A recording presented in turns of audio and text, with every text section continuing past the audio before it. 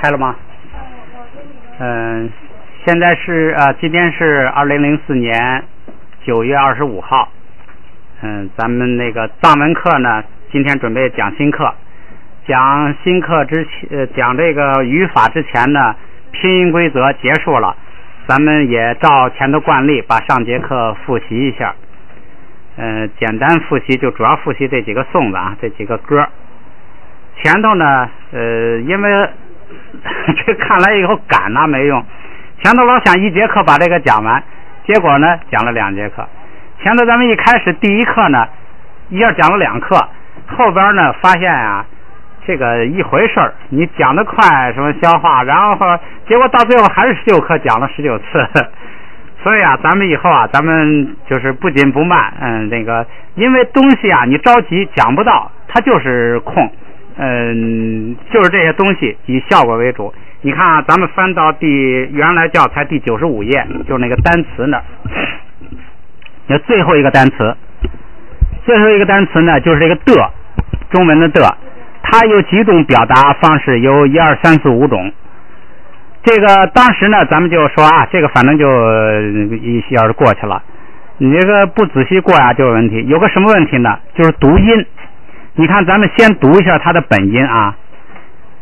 第一，我说过这些啊，你也不用当然你以后有功夫了，你可以记什么的字母后边跟哪个，因为什么呀？它跟其他的一些那个规则呀，都是有相似之处的。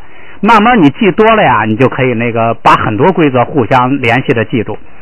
现在就是光说一下这个读音，当时咱没读，但是读音就有问题。你看啊，咱们先读它的本音。第一个是加跟那个一，拼起来，gi 啊，gi，也就是说加呢是跟啊拼，那个声母是歌一，是吧？就是歌加上那个下边哑大就变成 i， 变成一，gi， 用 gi 跟啊拼或者用 gi 跟一拼 ，gi 跟一拼还是 gi， 所以等于是读它的本音就是 gi。第二个 ki， 第三个 ki， 如果跟啊拼呢，就是卡，克跟一 ki， ki 啊卡。ki 一 ki， 这是它本音。再来啊 ki， 克跟一拼起来，然后呢一，第四个啊一，这个就没问题。最后一个一，啊跟一拼起来还是一，这个最后2个我说过，它的区别是什么呢？这个倒数第2个一雅 K 故一呢，是跟前边的单词中间要加一个点儿，它就是2个音节。后边这个 RK 故一呢，就跟前边的单词挨着，中间不加点儿，变成1个音节，这是它俩的区别。有时候啊，它是什么呀？就是这个诗歌里头啊，什么它需要多一个音节，它就加一个点儿，弄成一，实际上跟那个意义完全是一样的。这个读音主要是中间这2个，就是 ki 跟 ki 这2个呢，因为它送气，咱们说过，咱们规则有一规则，就是第2音节呢送气变不送气。它这个呢，什么什么的一定是前头有一个单词，它一定是跟在后边的，而且是读轻声的，所以它一定是第2音节。所以呢，全读不送气。这样的话呢，就那个第2个就变成了 gi。是吧？给也不能升，第2音节不能升，是吧？所以就是给，然后它又是轻声，所以都是什么什么给，什么什么给就完了，轻声连给高声也降下来了。第3个呢也是 ki 呢也要变成不送气，就变成给呢又不能升，第2音节又不能升，所以变成给。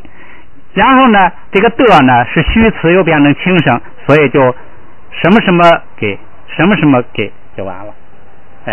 所以呢，这个读法呢，就是你就记住，凡是的呀，没有发送气的，也没有发这个往上2声的，全是轻声。全是轻声，就什么什么给什么什么给就完了。结果这一给啊，前3个都差不多了，前三个发音，所以实际上是不是啊？你都是轻声，都是一个 g， 你能分清楚是吧？所以这个呀，你就不用太区分，一看这个的，你就什么什么 g 就完了，不松气，轻声，这是一个读音。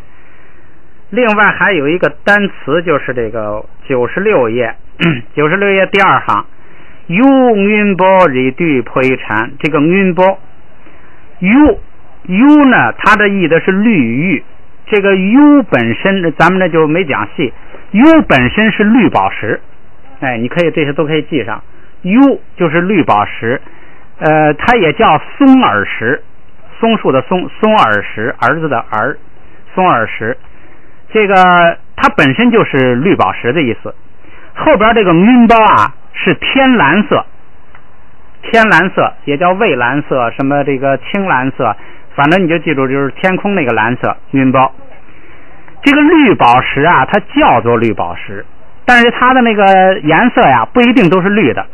绿宝石有这个其他的颜色，红的、白的什么，它绿宝石是一种那个宝石的一类宝石的名字。哎，它的颜色有好多种，所以呢，它这是一个蓝宝石，蓝色的绿宝石。它这个译的时候啊，它就没译这个颜色，就是绿宝石，它就译成绿玉。哎，因为蓝跟绿呢也差不多，它可能就直接广义那个本义就完了。复习很简单了，咱们就是把这几个颂子再读一下啊。来，95页啊。说了学语言呢就是多读，所以你就是多读就行了。单杯俺给差不登云丹给秋米恰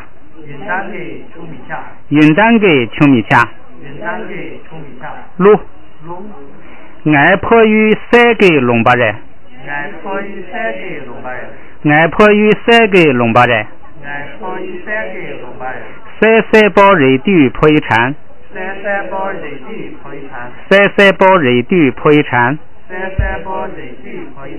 俺迫于女个龙巴人女嘎包人对破一产翻过来俺迫于有一龙巴人有云波人对破一产再来一遍啊俺迫于有一龙巴人有云波人对破一产写西米特不给讲了闽南气松给阿给这个气苏木呢按道理说呀应该断开读，因为前边是句子或者是词儿，后边是数词，应该是那个就是应该是气松，就是气松，哎，是那个分开读的。旁再来一遍啊，闽南气松给阿给旁车港给七路古树土家囊堂再来一遍啊，西米特给港了闽南气松给阿给旁车港给七路古树土家囊堂来写让了绝北云丹台你莫来了气在松是气歌是不发出来做一个歌的口型，你莫来了气在松康熙人家松完了松完了康熙人家松完了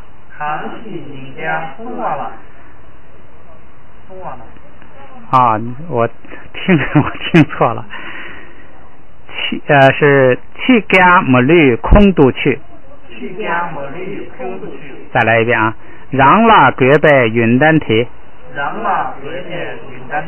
你莫来了去热松。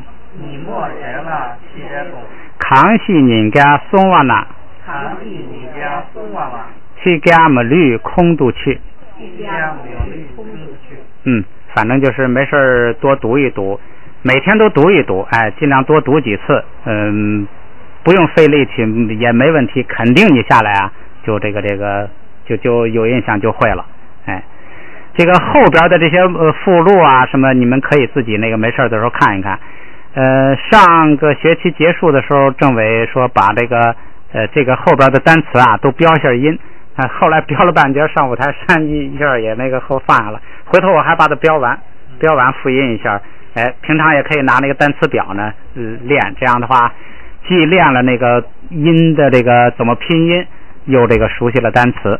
好，现在咱们就转向这个第二个阶段，就是学语法。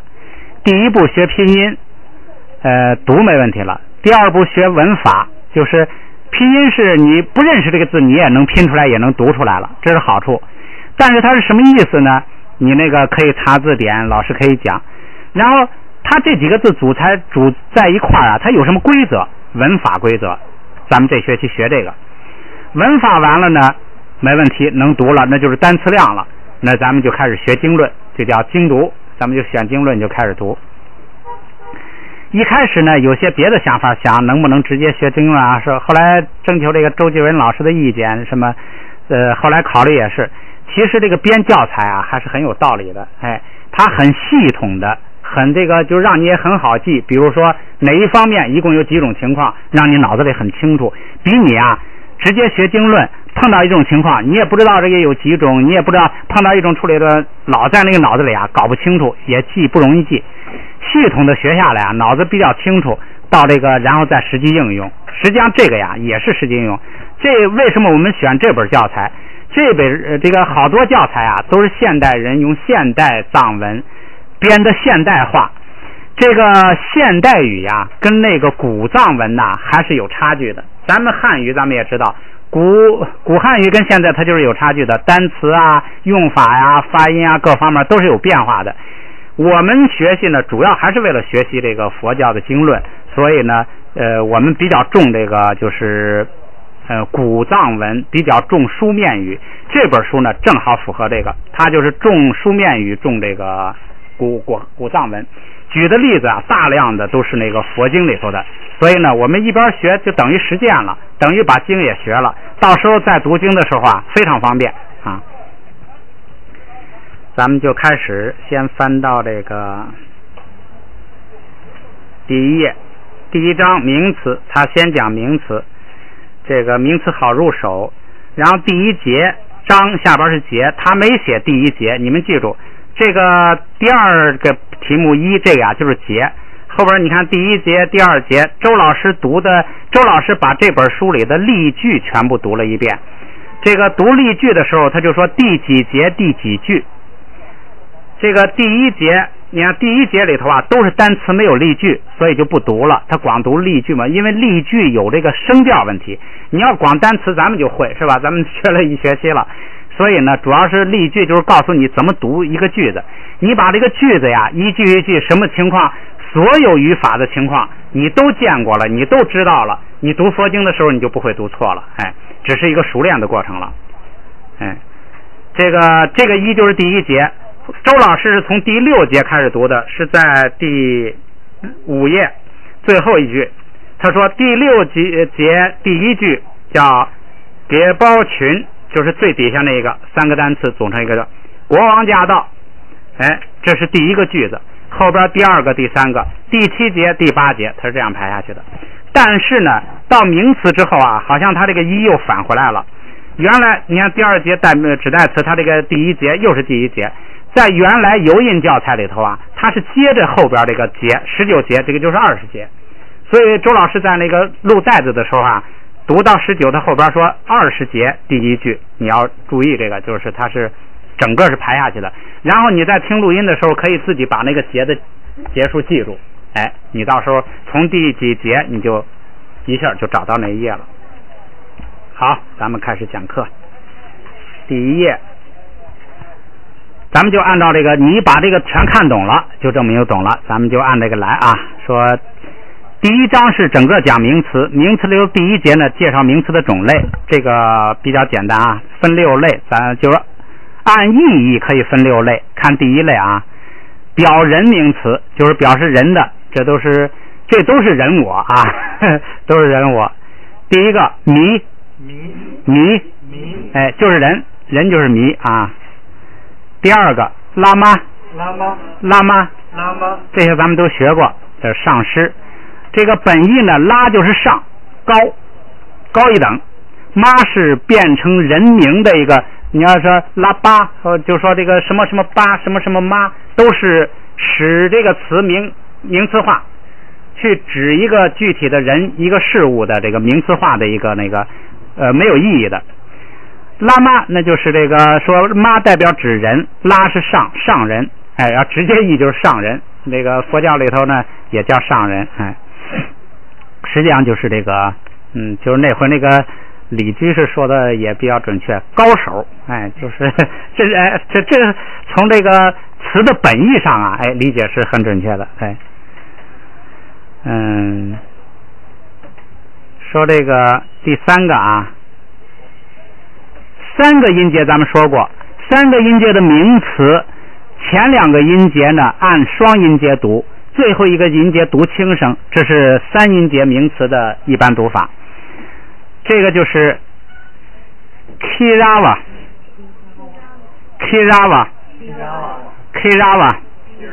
哎，咱们现在还是这样啊，就是不重那个开闭音节那个，先读它的元音。现在除非说这个开闭音节大家已经很那个习惯了，都是这样读，咱们才那样读。这样为了是什么呢？为了先把元音读准，因为你如果能读准元音啊，不算错，哎，只是说这个人口语说的这个叫的太真了哈，说的不那么口语化，哎，他不算错。咱们因为现在掌握拼音还掌握的不好，学语法是复习拼音，所以咱们现在不重那个开闭音节的那个，大家知道这个就行了。你要是自己读成那个呢也不错啊。下边一个啊，米拉蕊巴，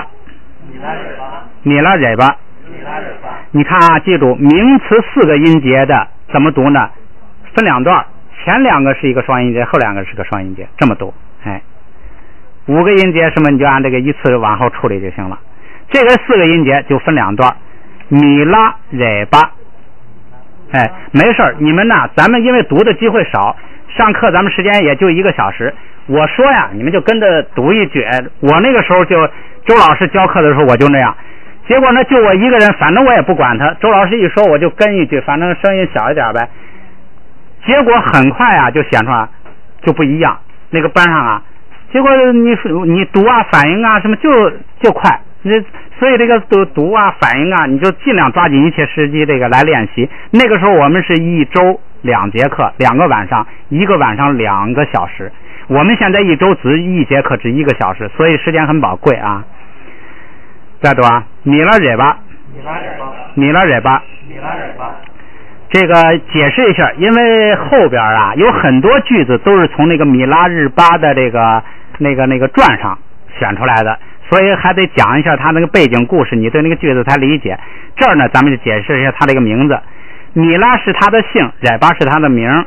这个藏族名字呢实际上也没有这个姓跟名的这个，好像这个我还说不太清楚啊。就是说藏族一般呢就是那个一般就是起个名字，哎，一般的人后来可能是这个比较贵族啊什么比较高贵的人呐，他有一个家族的姓，就是我们这个家呢都是这个姓，比如说米拉日巴家啊，就是米拉是他们家的姓，都带米拉。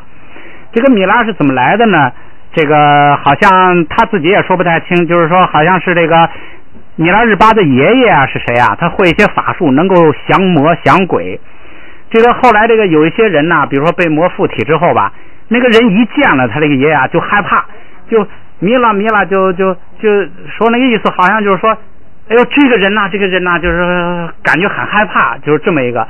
结果他就因为这个出了名，就把他叫做米拉。哎，就是你看他本意迷是人，拉是对于这个人看这个人，就好像那个鬼啊很怕他，就见了他就害怕，就迷了就喊，哎，所以就姓是这么来的。染巴是什么呢？染是布，染是那个咱们穿的这个布，染巴是名词化。这个布一名词化是什么呢？实际上就是织布的人呐，哎，什么就是这，哎，就是这一类的意思，哎。所以呢，这个米拉日巴的名字也解释一下啊。这是表示人的，下边表示动物的，第二动物的，第一个啊，哒，这也学过，僧给，哎，这个僧给经常用的狮子，你看那个到现在印度人经常叫什么什么心格，呵呵，就是这个心格，译成汉文就是狮子，哎。这个描写佛也很多，如狮子吼啊，就这个狮子僧给，这个注意啊，这个是切马勒，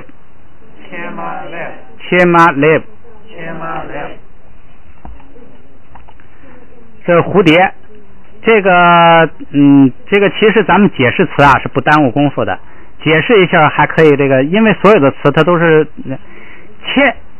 切是这个细粉末的意思，粉末，切是粉末的意思，哎，切妈呢，就是那个粉末状的东西了。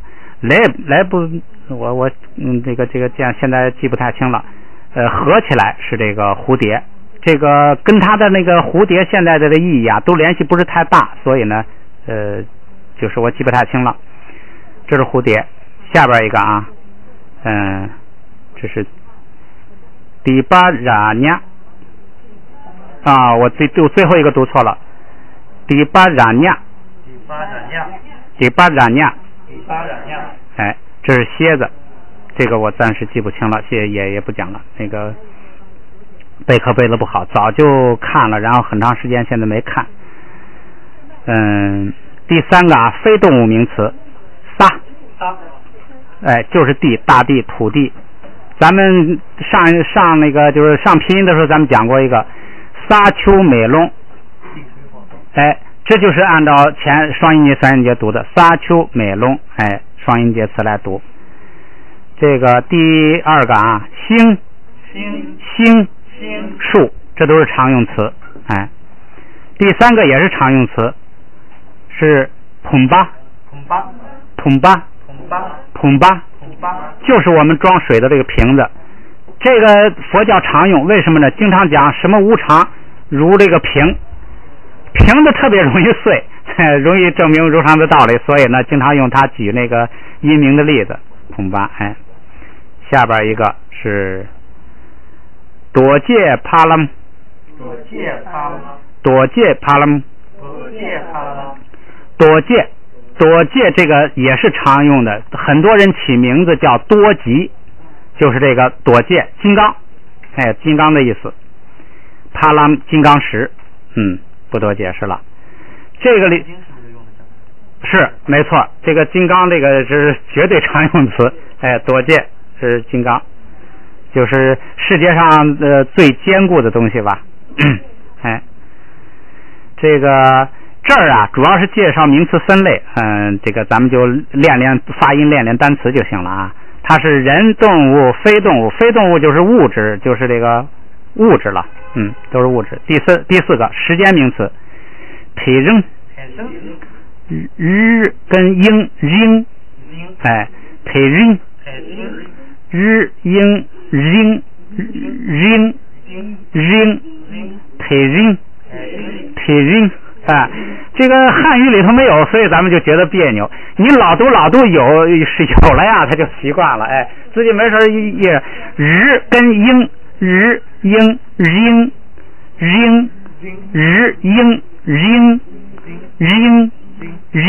哎，把日英读快点，培扔，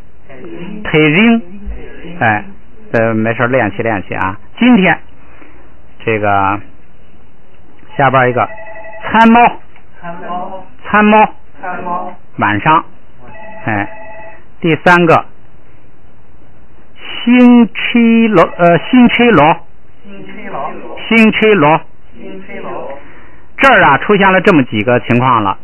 这也是三个音节，但是呢，因为它最后一个音节呀有意义，它可以单独成立一个单词。罗是年，咱们学过这个单词，它是有意义的呢，所以它不是说是三音节词，它是双音节词加单音节词，所以它不能读轻声。哎，你前边第一个那个是三音节词，所以呢最后一个读轻声，它这个不一样。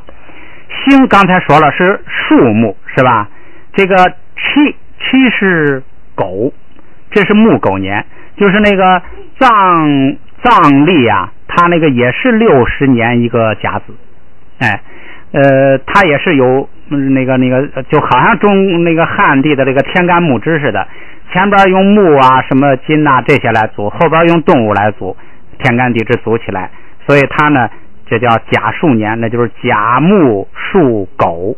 哎，这个它也是这样来组，就跟咱们那个甲子年60年一轮是一样的。藏历也是很这个复杂的，我买过一本书讲藏历的这么厚啊，也是计算起来很复杂的。藏族好像也有属相，好像是有没有啊？好像是有吧？啊，印度人好像有属相，有这个星期罗，哎，木狗年啊，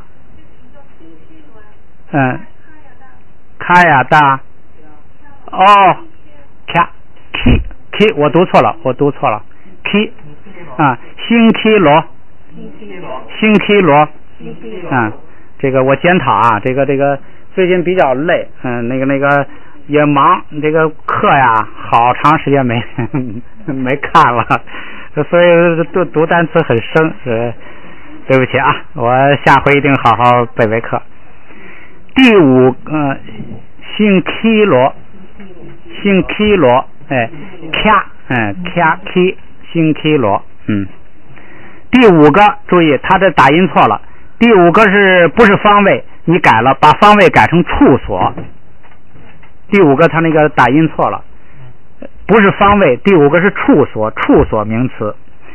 方位跟处所是两回，下一个是方位，方位是指的方向东南西北，这个处所是指的地方，哎，对，方所，对，方所，哎，也可以叫方所。咱们看啊，地方，坡鱼，哎，刚那个念过那个颂的叫故乡，这个啊，注意，哈康，两个单词我们都学过，哈是神，康是房子，神的房子就是神殿，这是世间词儿，如果要是用在佛教里头，咱们实际上就是指的大殿，哎，方所叫处所，对了，所以用在佛教里头啊，就好像咱们那个庙，咱们中文的这个庙啊是世间用语，不是佛教用语。庙是指的什么呀？祭祀祖宗，什么娘娘庙，什么阎王爷庙，什么城隍庙，是那个祭神祭祖的地方叫庙。我们佛教本来叫寺，但是呢人们分不清，慢慢用说寺庙，所以呢这个哈康也是这样，它本来是世间用的神的房子，结果用佛教的它也叫哈康，哎，所以有时候这个呢也就是指寺庙，哎，那个寺庙里的大殿啊，不是寺庙。下边一个啊，阿日，这个啊因为有前加字，所以变成平声，4个鼻音变成平声，后边那个3声后边不许升，只能降，所以阿日，这是那个西藏自治区的最西边的那个区，叫这个阿里地区，哎。那这个后加字啊，没有这个后加字，我们讲就是那个前三。后加字是这样，它这个呢为什么不叫没专门讲后加字呢？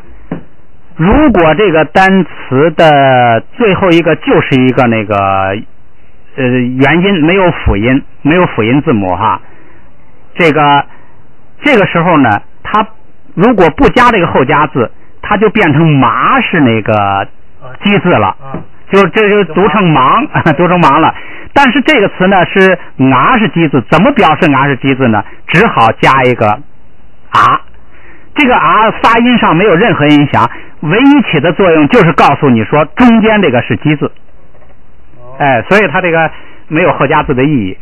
哎，就是说如果两个字母组成的词后边那个是基字的话，它就加一个啊。哎，就只代表这个意义。最后一个类就是名词，叫方位名词，就是东南西北了。看啊，囊是内里头，就是屋子里头啊。咱们那个佛教叫内道，就是佛教自己叫自己内道，是佛教之外的都叫外道。哎，内道也是囊。哎，这个是下。哎，上下的下，下方。哎，内外下上下，后边一个啊，努江，哎，努没有那个发音变化。后边如果单独读是强，哎强，在第二音节不送气，所以加，然后不许声，所以读平声，努江，前边这个是西，强是北，合起来是西北，努江，哎对，江就是本来是强，但是呢后边不送气变成讲，然后不许声又变成江。哎，努江，这是方位，这是用意义分6类。下边看啊，按音节分可以分为3类，咱们来啊也读一下啊，正好全了，这四大啊都来了。沙秋美隆，你看啊，拉本来是那个这个2声，结果它因为有上加字，喧宾夺主，本来拉是基字，结果要喧宾夺主读拉，然后拉都读成拉，所以读隆。哎，沙丘美隆，地水火风4个单词记住了。然后呢双音节的词，你么，哎，日这个就是既是日头也是日子啊，两个意思。下边这个啊，南卡，哎，天空，这个也是很常用的。如空中花呀什么，这空中花空花都有了啊。美豆就是花，哎，这是南卡美豆就是空花？不是，空花啊，它这个组词啊，它可能那个有各种的那个组词方式，而且它一般这样组词啊，它一般组成那个双音节词。它就不取这么多，它可能一半啊就代表，你比如说它空啊，它可能就光来一个南就完了，哎，它一组就不一样了。这再一个语言这个东西啊，不讲道理，不能用这个逻辑推理，我就是这样，哎，这样组合，大家都这样说，就跟咱们汉语的好多词儿没道理，但是大家都承认。这是双音节词，下边多音节词就是3音节了。为什么没有4音节词了？4音节你就按成2个双音节就完了，哎，所以多音节词就是说3音节词。注意第一个啊 ，jomdan day， 哎，薄切饭，注意啊，这是梵文的译音。梵文如果译音叫佛，这个意义就是世尊。世尊的意思就是为世人所尊重的人，哎，这个梵文里头这个世尊呢，读出来就叫那个发音就是薄切饭，哎，当然这是译了就音就不准了啊，这就是那个意思。藏文里头呢，哎，对了，这是藏文跟汉文有一个很大的区别。咱们汉文译佛经的时候啊，这个有5不翻，就是里头出现大量的译音。这个实际上呢，这个就是当然这是表示对法的尊重啊，因为你翻过来之后，你按照汉语理解就不是那个，就失掉很多意思哈。但是也造成一个困难，就是什么呢？你还得记这个译音的意思。如果你知道译音不知道意思，你还是不懂。所以呢，有这么一个困难。藏文里头啊不一样，藏文译的佛经啊，大量的采用意译，它就不存在这个译音问题。咒当然得那个译音了，就是说一般只要是有意义的句子单词啊，一般它是意译。你看他译这个世尊呐，他就是好像汉字，他直接意思世尊不译薄切饭。你看他译的这个什么意思呢？Jomdan de，这个你可以记3个字，倒着记。最后一个字是出，出离的出。第2个字是有，头一个字是坏。就是藏文是把那个动词放在最后的。如果按照汉文说，藏文意译了，他用了3个字，是哪3个字呢？叫出有坏。什么叫出有坏呢？咱们先说有坏，这个单是具有什么性质？前边是坏，坏灭。说具有坏灭的，什么是具有坏灭的呀？有为法。世间一切法，就是一切有为法，如梦幻泡影，都是有坏的。所以有坏代表无为法。出有为法，证到无为法了。一切圣贤皆以无为法而有差别。只要是初地以上、阿罗汉以上，说你是圣贤，你必须都得出有坏，就是说你证到无为法，不生不灭法，不垢不净不增不减法，证到这个了，你不变了，你的法身不变了，不动了，这叫出有坏。就是超出了有为法境界。像我们现在都是有坏你看译这个译的也非常好。这是世尊。下边一个4个音节，4个音节呢就按双音节读。强丘森巴，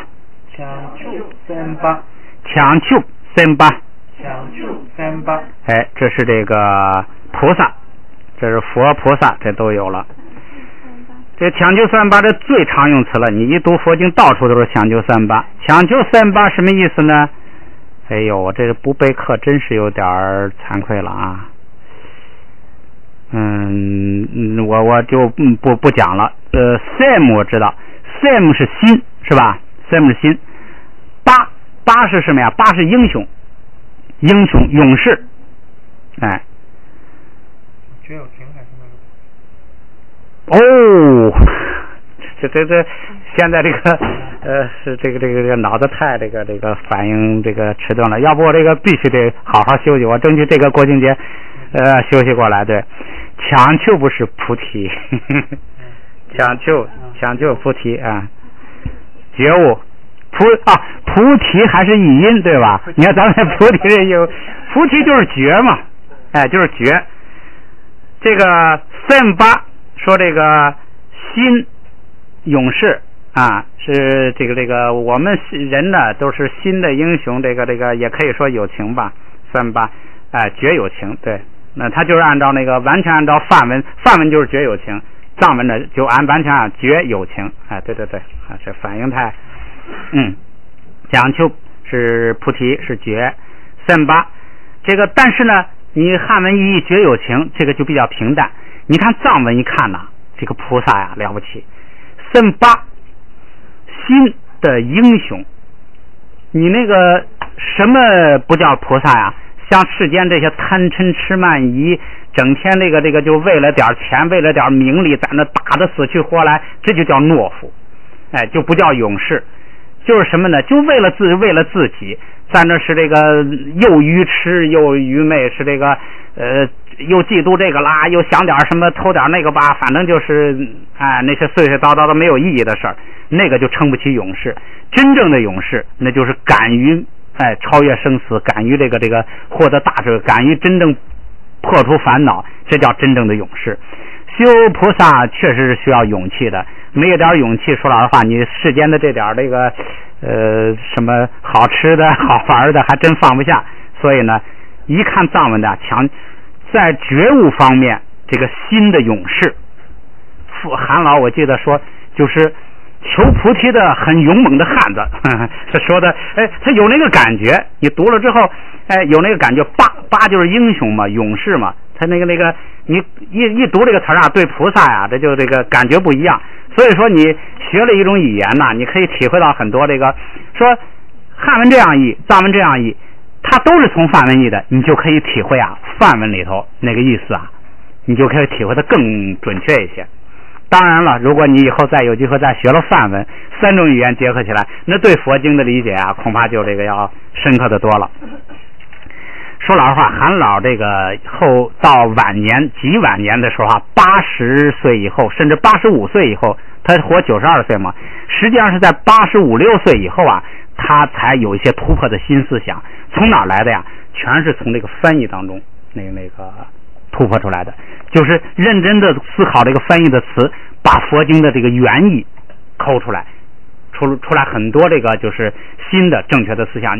他一抠出来，你一听，确实是这个意思。原来人们就没想到，因为什么？抠的不细，所以咱们这个学语言意义很大的，你像韩老前头他说学了60年，从来对这个玄奘啊，就是说这个新为师的意义啊，从来没有过怀疑，一直就是跟着走。为什么呀？这就是很自然的，你也没有根据啊。到他这个退休之后15年写完总结完前头开始翻译，慢慢的抠的2种语言一对照一细，抠出来很多这个新的思想，给我们这个留下很多的财富啊。慢慢的咱们讲这个的时候，咱们慢慢会穿插进去。下边一个分类是什么呀？是按构词方式分为2类。构词方式一个是什么呢？单纯名词，一个是合成名词。单纯名词就是一个意义的名词，合成名词就是2个意义的这个单词合起来。单纯名词就是它就是一个词，咱们读一下，ri山嘎糖，这个杨川喜欢吧，注意这个啊，包达拉，布达拉，这个显然是译音，布达拉显然是译音，这个意义是什么呀？叫洛迦，也是这个译音，洛迦，这个就是布达拉是从梵文直接译的音，布达拉宫，布达拉是也就是咱们汉文也译布达拉，也译汉文译洛迦山，洛迦是观音的道场，观音的那个住处，地名好多好像就得译音了哈，布达拉就是咱们汉文译成洛迦的那个。这个合成名词就是由2个单词合成的名词，咱们看啊，醒吧，这是2个单词，醒是土地田地，吧是把这个词名词化，把它这个就成了，告诉你说这是一个名词，这样的话土地一名词化就指农民。下边一个南卡，我现在记不清了啊。这2个词啊，实际上都是空中天空，都是天空，都是空中的意思，有这个微细的差别，我现在记不清了。2个词合成一个，就好像我们现在说思想，实际上思跟想一个意思，它就是2个一个意思的词呢组成这个一个词。下边一个 Jomden de， 这是3个单词组成一个名词，就是刚才咱们说的呢，出离有坏的境界，达到这个无为法的境界，就是世尊。下边一个也是这4个单词组成的词，强求三八，这是菩萨。这是名词分类，下边讲名词构成。第一种说用这个附加法构成，咱们前头那个也读一下啊。合成名词用附加法或复合法2种方法。附加法由词根加词缀，复合法由词根加词根。就是词根加词根呢是2个有意义的词加起来，词根加词缀呢是1个有意义的词，词根是有意义的，词缀没有意义，是词尾，就是一般是虚词，就是代表一种意义的，叫词缀。用附加法就是加那个词缀的，咱们来看啊，加前缀啊，前缀加什么啊？注意啊，阿妈，这个麻就是母亲的意思。麻是母亲的意思呢，它这个你口语里头啊，叫这个麻，好像这个太短了，所以就阿妈，这个叫着方便，加一个前缀，没有意义，就代表这个就是一种称呼，阿妈。第二个啊，阿哭，因为它这个后边有闭音节，所以它阿哭，因为这个长叫，所以就为啥不阿哭呢？因为第二音节不送气的只是字母表第3竖行2声的那5个，第2竖行还送气。你看这又复习一个规则，这个第二音节不送气，只管第3竖行，咔嚓嗒吧嚓，不管咔嚓嗒吧嚓，不管第2竖行，所以第2竖行就是平声的这个还送气，阿哭，这个啊呢就是一个前缀，没有意义，把它变成一个称呼，加字指后缀。什么叫字指后缀呢？就是加上后缀与不加的词义相同，就是说加这个后缀啊，就是词义不变，这叫字指后缀。就是说这个变的这个呢，指的就是前边那个词根。字指后缀，咱们看啊，喇叭，这就是手。这个八呢，就是把它名词化，变成就是指的就是这个手，词义不变。钢巴是脚，我们人呢就是脚，要是动物呢就是四个脚，都叫脚。实际上就是说，意思就是说，这个脚有时候是包括那个手的，在对某动物们来说啊，这个锅蛙，这个革是那个皮革，就是皮子，那动物身上剥下来的那个皮革。这个是打蛙，月亮，这个女孩子喜欢起这个名字，达瓦是吧？达瓦就是月亮，月亮又美又经常代表智慧，又清凉啊，又美丽又智慧，所以这个词，所以你这印象也就可以深起来了。打蛙，严格的说，那个打要前头带一个鼻音是吧？要读的打蛙，铝箔，铝本来就是身体，这个铝包呢，就是也是这个就是带一个后缀。这个包呢，最平常的是形容词的后缀。你一看带包带摸是这个形容词的后缀。这个在这儿呢，它不是形容词，就是一个代表，就是强调，就是整个身体，就是那么一个意思。下边一个果窝，头脑袋，本来果就是脑袋，就是头，这加一个后缀，这个你莫啊，这是口语的你莫，这个麻刚才说了，跟那个拔是一样的意思的后缀。经常这个我还不太那个经常，你要是波跟摸，波就是一般是男性的，摸是女性的。这个八跟麻好像我现在还不确定，也许有这一类的意义吧。下边一个啊，鸡哥，这像这个嘎就是没有意义的，就是一个就好像什么巴什么妈一样，它是没有意义的。下边一个是压咖，你也可以读重一点，压咖，把那个日读出来，压咖，夏天。下边一个滚嘎，也可以滚嘎，给它那个弱化一下，滚嘎，冬天。这个呢都是什么呢？像这个卡嘎什么这些都是没有意义的，就是都是一个后缀。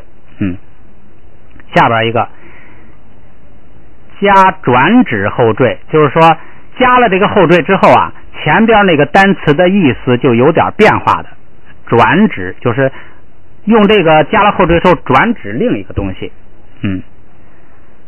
就是加上后缀与不加的词义不同。咱们看啊，醒吧，醒吧，醒本来是田地土地，加名词化之后呢，不指田地了，指种地的人了。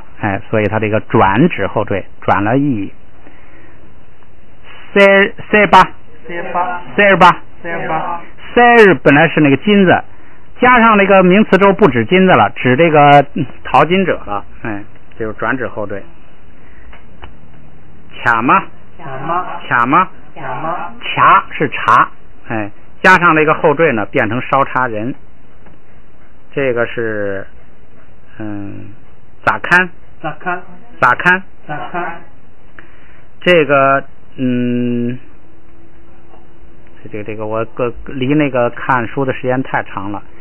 看呐，一般是指精通于某一方面的人。精通一门，你比如看吧就是我现在记不太清了啊。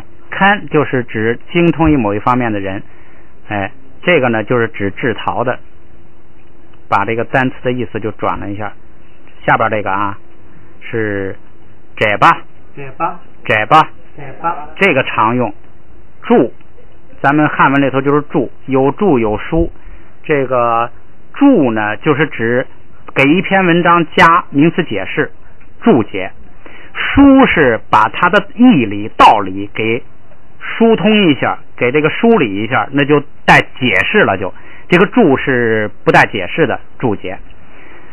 但是实际上呢，那个我们经常用这个注啊什么的，实际上有好多叫做注解，实际上就带解释了。咱们这是严格的说本意。窄吧，所以这个词是常用的，就是什么什么注。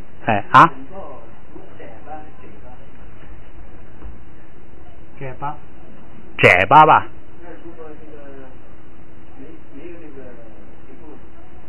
没有 K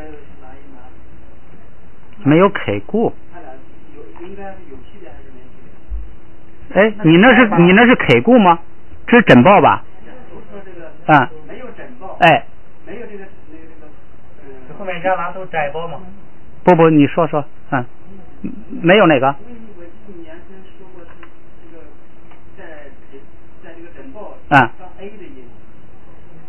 带枕报那是闭音节之后吧？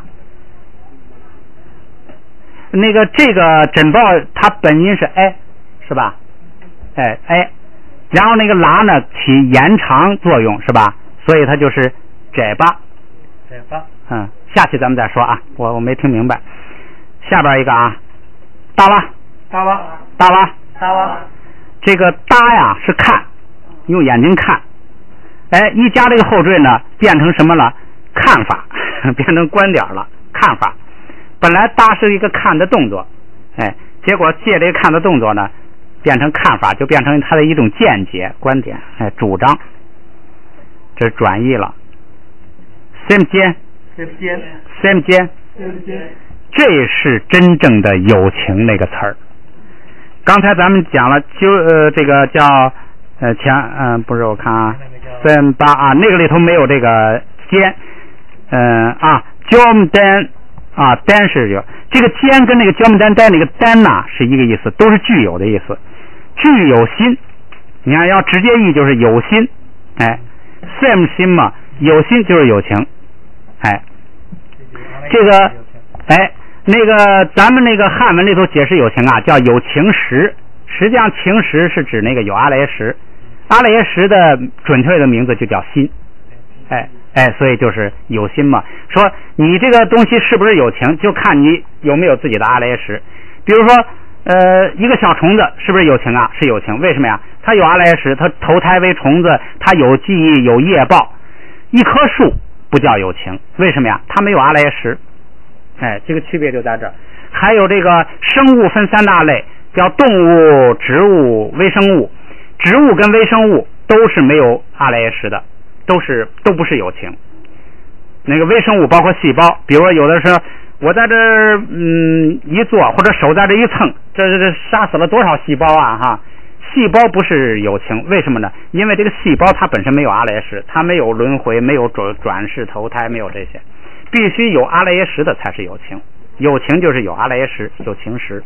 哎，你看这个藏文直接就是有心，就有心，咱们一学唯识就知道，心就是指阿赖耶识。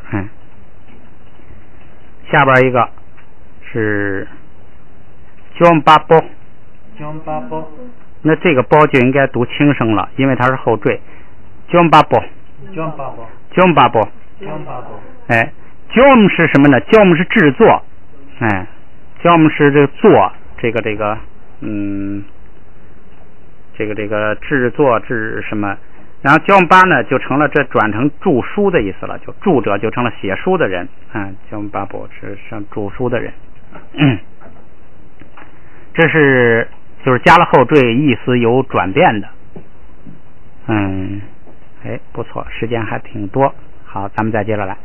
这是加后缀，然后用复合法构成的。加后缀的是什么呢？后缀都是没有意义的，都是没有这个实质性意义，不是指一种事物的。复合法就是两个有意义的词根加起来，咱们看啊，一个是并列式，你看啊，刚辣，刚辣，刚是脚，辣是手，刚辣合起来手脚，那就是肢体。四，不管是算手算脚4根儿，你要有这个多的哈，就多算，肢体就是手脚都算。南卡，这证明就是说南跟卡都是空的意思，都是空中的意思，两个空合起来并列，它就是复合成一个天空。下边是诺在，这个诺日是财富宝贝，他用宝贝的意思最比较多，他特点诺日就是宝贝，宝物。在纯粹就是东西物质财物。这个诺日一般比这个在高贵一点，那个价值大一点，都是指这个财物东西，这两个合起来还是财物，这是复合法。得是什么呢？是安乐，安乐幸福安详。给也是幸福，两个词的词义是相近的，合起来就是幸福。这是并列法。然后下边呢偏正法。偏正法呢就是这个咱们来看具体单词啊。第一个秋掐，秋是水，掐是鸟，合起来水鸟。这个怎么叫偏正呢？等于水是形容词，它是主语是鸟，什么鸟呢？水里头这个活动的鸟，水鸟，这就是偏正，就是形容词动宾什么这个都算偏正结构。再看下边一个，加踏，架是铁，踏是那个绳子链子，咱们这两个单词好像都学过。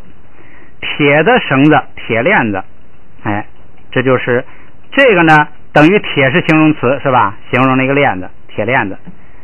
加踏，铁链子。然后桶嘎，如果弱化就是桶嘎，这个铜是什么呢？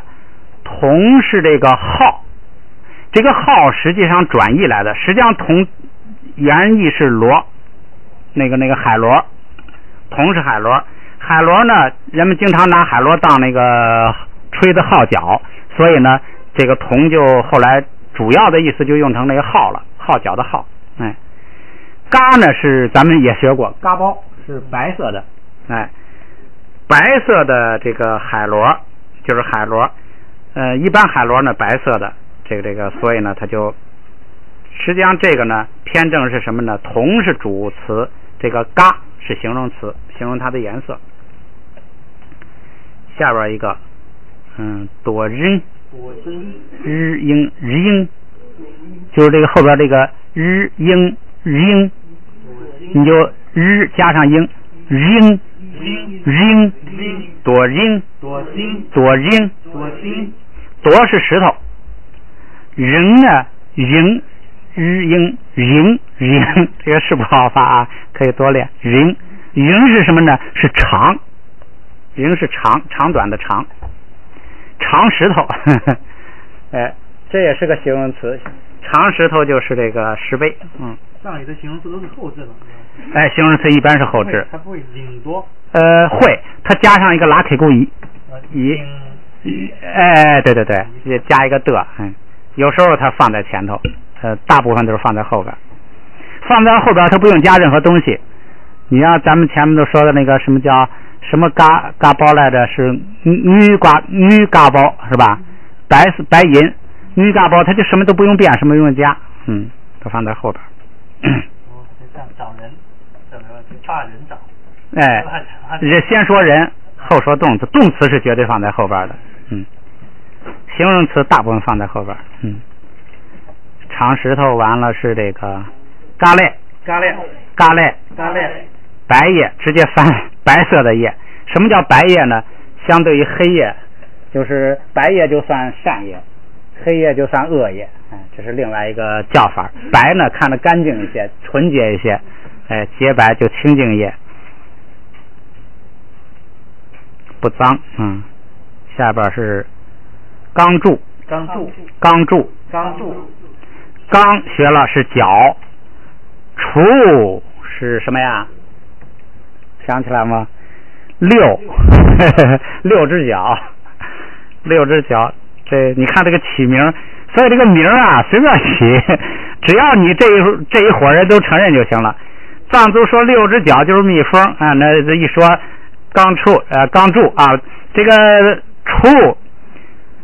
杵是送气的，在第二个音节就变成不送气了，所以钢柱，6只脚蜜蜂。所以名是随便起的，就是挂个号。下边这个松多，三岔路口，松是3，咱们学过。多啊是这个就是岔路口，就是这个岔路口，就是你有3岔路口、4岔路口啊，十字路口不一样的，就岔路口。岔路口还有什么呢？河呀流到这儿合成一支，那个河岔，或者是2条河流到这合成一支，或者这个河流到这分成2支，河岔。这个多是这个，注意是关键枢纽，慢慢它转成这个意思，最后转成一个我们最常用的意思，经，就是我们说这个佛经啊，什么什么经就是什么什么夺。经我们说中文，这不是这个中文，汉文译成经什么意思呢？那个织布的时候有经线有纬线，这个经线为主，你先得把经线拉起来哈，然后再这个横着再插这个纬线，这个经线是关键。有这个河岔路口关键枢纽最重要，有这个意思，所以中国译经，人家那个藏文里头就拿这个词当经，就是岔路口枢纽关键所在，经松多。然后一个啊，热塞，呵，这可是佛经里头不会出现，估计现代词儿阳台。这个热不一般的意思啊，是很非常十分。这个我记不清了，这个有可能有这个就是有没有热的意思啊，我现在记不清了。塞是显明，塞是把它显明出来，明显出来。这个加起来阳台，这个我记不太清了。然后下边一个啊，这个学过，累谢，累是善好优良优秀，谢是这个语言说的话好话优秀的话格言。紧大，秦是这个，因为它这个加了上加字，所以就变成不送气了。这个爬是吧？变成不送气，所以锦。这个锦是什么？这个它的这个原词啊是秦，锦是什么呢？布施，给予，锦。达是什么呢？达就是人，就是主人我，这个布施主就是布施的主人，施主。这是这个偏正结构的，就是布施的人或者好的话，什么什么，这都是这个就是偏正结构。下边一个结构啊，主谓事，就是主语谓语，一个主语，然后说主语的一个动作。咱们看啊。是刚通，这个刚是脚，通是喝水的喝，用脚喝，你看是树，所以这个名字很有意思，那是吧？树就是用脚喝水吧，刚通，你看这，他就抓。实际上名字是什么呀？名字根本不是那个东西本身，它是总结出它的一个特点。人们总结出来的一个特点，硬加上叫他名字，甚至都不是总结他的特点，看他像什么，硬把另外一个，看这个人这个虎头虎脑的啊，就叫小虎吧，那根本就没有任何这个属性道理，就是这就都说明这个名字呀，那就是纯粹是叫假安利哈，强行安利。下边一个啊，我擦，我是脸。我是我们这个面目啊，脸，擦是热，有时候有疼的意思。脸热，脸红，羞耻，知道知羞啊，那个这个也很常用的，这个辩经变的这个变败了，本来说的没道理的事自己认为有道理，上去一说让人家问说不出话来了，我擦，脸红了。这个大家就我不知道他用什么形式啊，就一起后给他送下去了。我擦，这个多捉，多是肚子，着是走路，用肚子走路，蛇，你看很形象，包括那个。基督教有那个我看啊还有时间，那个这个轻松一下，那个基督教不是说一切都是上帝造的吗？然后说那个蛇伊甸园是有亚当有夏娃，然后那个蛇呢告诉夏娃说你去吃那个苹果啊，然后这蛇就是这属于这个教唆犯，上帝从此呢罚这个蛇呀用肚子走路，用肚子走路。然后那个宗教审判的时候，就有一个被审判的不信上帝的，他就问法官说，在上帝罚蛇用肚子走路之前，佛用什么走路？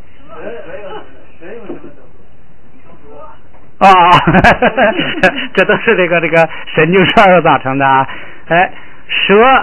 上帝罚蛇用肚子走路之前，这个蛇用什么走路？谁也回答不出来。我们见到的蛇全是这个肚子走路的，是吧？你见过吗？没见过。做梦见过啊？但是我从那书上看见有那样说的。好家伙，你看的书真不少。蛇有脚啊。有脚。最后一种偏正结构叫宾动结构，就是一个动词跟这个动词所涉及的对象。咱们看有什么词儿啊？搭金。达是那个月亮，锦的本意啊是抓取抓持，抓住锦取。我没仔细考虑啊，就是说这个月食，它这个什么意思呢？是不是有东西把月亮给抓住了？你像咱们汉人是说天狗吃月亮，天狗把那个咬了一块，他这就是说抓那个月亮，月食叫做打金，锦也是个常用词，能取所取，取就是抓，取就是这个取。后边一个啊，驴叫，哎，那个爬最后发一个波的口型，哎，驴是身体，叫不是保护护身，就叫铠甲，哎，这个是动，你看抓月亮，抓是动词，月亮是被抓的，是宾语，这个护身。护是动词，身是护的这个对象，护身，哎，这都是动宾结构。他怎么写宾动结构啊？咱们他是说那个哦，宾是在前面哦，那个啊，对，人家是啊，对，有道理，对，有道理。最后一个啊，果松，国是门啊，国是这个门，松是看护、看守、看门的，哎，那直接就完了。看是动词，这个门是被看的啊，这所以是宾动事儿，对，不一样，这是跟汉文不一样的一个特点。名词后缀扒、爬、物，哎，咱们来看啊，扒爬做字指后缀时，受词根的后加字限制，就是究竟是加扒还是加爬，它们俩的意思完全一样，它们的区别是什么呢？它前头那个后加字啊，最后一个字母是什么影响它加扒还是加爬？所以它俩的意思没有区别。哎，咱们看啊，他说后加字为卡、啊、塔、拿、爬、麻、撒，以及再后加字撒的用扒。然后咱们再看第二句话，说后加字为ra、啦、啊或无后加字用爬。这个呢，我建议大家呢就记后边这句，因为后边少。你就记住什么呢？除了这三个字母是用爬，这三个字母比较特殊，ra、啦、啊，这三个字母后边啊，一般是跟娃，剩下的都一般的都跟爸，哎，这么记。这个前边你就不用记什么卡啊什么乱七八糟哈，就不用记了，剩下的都是八就完了，或者说一般都是八，只有碰到这三个字母的时候呢，后边才跟爬。哎，这么记，慢慢你记得多了呀，它有很多相似的语法，你会总结出规律来，意义完全相同啊。咱们练习一下，这个里头也有特殊情况的。喇叭，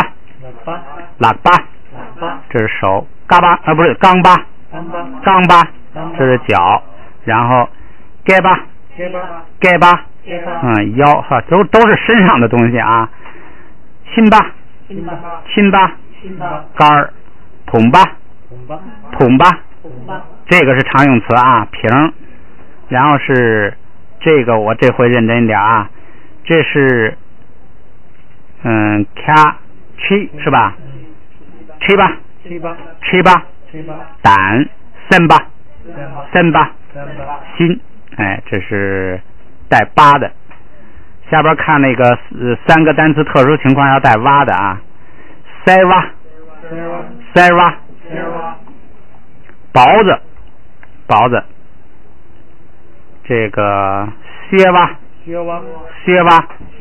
炭，那蛙，岩羊，这是羊的一种，嘎哇，柱子。哎，你可以自己这个就是这，你看这个嘎哇就有点像柱子哈，柱子顶起一个房顶来。靴蛙，碳，雪中出生碳。说你反正你就是自己呢多想一些联想，你今天想个这个联想，明天想个那个联想，到时候你想起来一个联想，你就能想起它的意思来。哎，八爬。做转指后缀构成表人名词时称为主字，受词根的音节数和后加字的制约。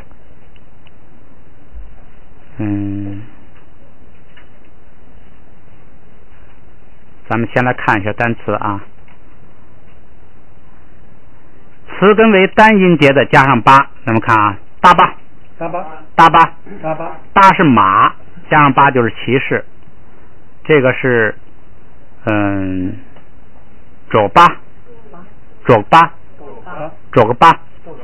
哎，是牧民。葱巴，商人。这也常用词，经常佛经里头有500伤人如何如何，哎，从八，然后是撇吧，藏族人，钉吧，钉的本意是显示，把一个东西显示出来给人看，拿出来给人看，所以它的一个意思是说，哎，钉吧，什么叫显示给人看？把它分析这个解释展现出来给人看，所以它一个意思是说。敦巴就是说话的人，是导师。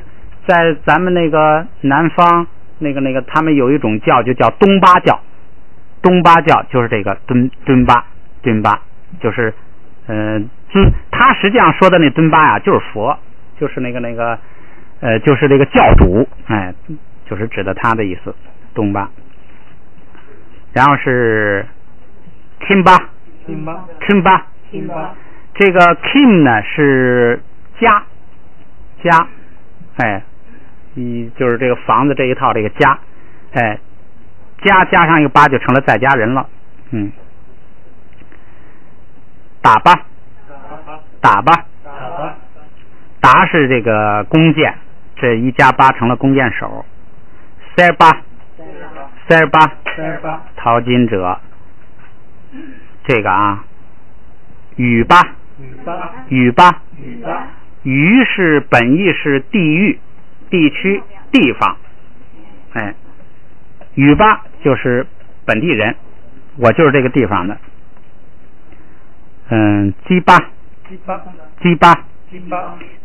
鸡是计单独读四上，计是什么呢？就是计算，就是算账，哎，这个算计的人就是这个卜算成算卦的了。最后一个是康巴区的人，Kam 是那个界，Kam 是界，色界、无色界、欲界的界就是 Kam 是界限，哎，康巴，那这直接咱们就说康巴就是康区的人，哎，康巴，四川那边是康巴是吧？哎，康巴，就是康巴，Kam 是那个界，界限，好像这就是说这个界限，这个圈里的人，词根为双音节，后加字为卡塔拿帕玛萨的加八，这是单音节的加八的，这是双音节加八的。后加字为啊、ra、啊、拉和没有后加字的加娃，这还是说这个名词后缀跟在什么词后边，还是受这个我现在这想起来了，前边那一段说单音节的词跟双音节的词它加的时候还有一些不同，就是指这个意思，哎，所以他这个立了两句话，下边咱们也来看一下啊。第一个是捏啊吧，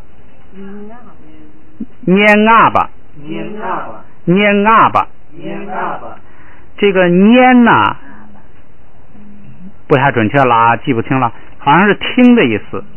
捏呢是语话，这个这个是语话，这个是绝对对的，绝对没问题的。前头这个我记不太清了，诗人回头查一下，咱们的下节课补上。这个下边是山中修行者，是你们也来拼啊，你们也来拼，我也来拼。是蕊雀吧，对不对？你们帮着纠正。哎，它是吃叉是吧？哎，叉雀蕊雀吧，蕊是山，哎，雀，现在不确切不讲了，哎，蕊雀吧。下边一个旁亲吧，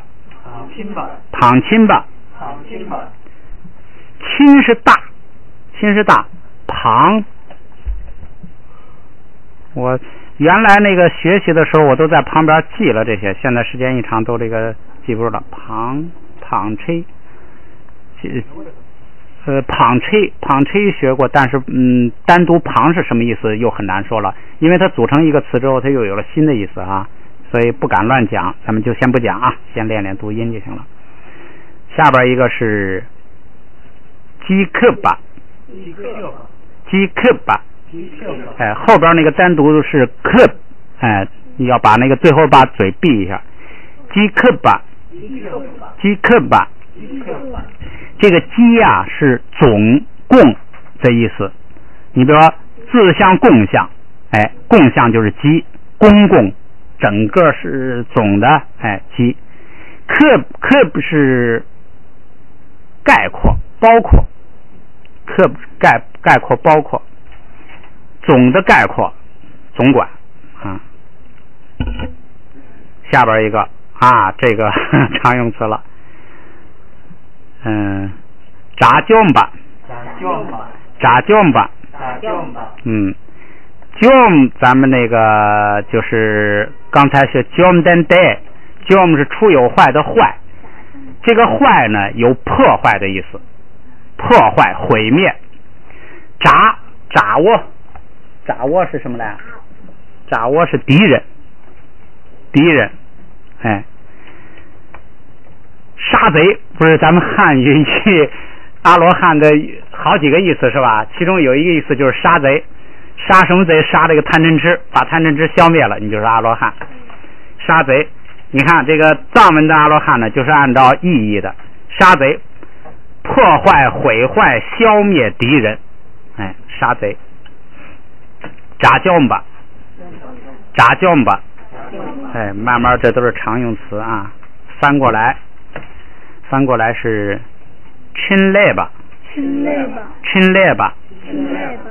读的不对了，你们纠正啊。这个亲类吧，这个类是业，工作事情是吧？哎，咱们有点印象。亲不说了，下边一个是果松吧，因为后加字是啊，所以它带哇不带八。果松哇，哎，是看门人，就是这个又加了一个多了一个后缀。下边一个啊，喇达哇，不讲了。下边一个是内锅哇，哎，这个内是处所、地方、住处、所依的意思。这个锅日是转圈，比如绕塔、绕佛，哎，绕山，锅是转圈。围着谁转呢？围着那个住处，这个所依就是能依靠的地方。我们的所依就是三宝所在的地方了，哎，所以呢，朝圣者，你比如说你去那个拉萨有那个大昭寺，人们一生的愿望就是到拉萨去，围着那个也叫八角街呀，哎，围着转，那就是朝圣，围着这个住处，围着所依的地方来转。下边一个是乃街哇，街读的对吧？乃街哇，乃还是依所依处、住处，就是他向往的地方吧。街咱们也学过，是见，哎，去看这个自己认为神圣的地方，朝圣者。下边一个是瑞摩哇，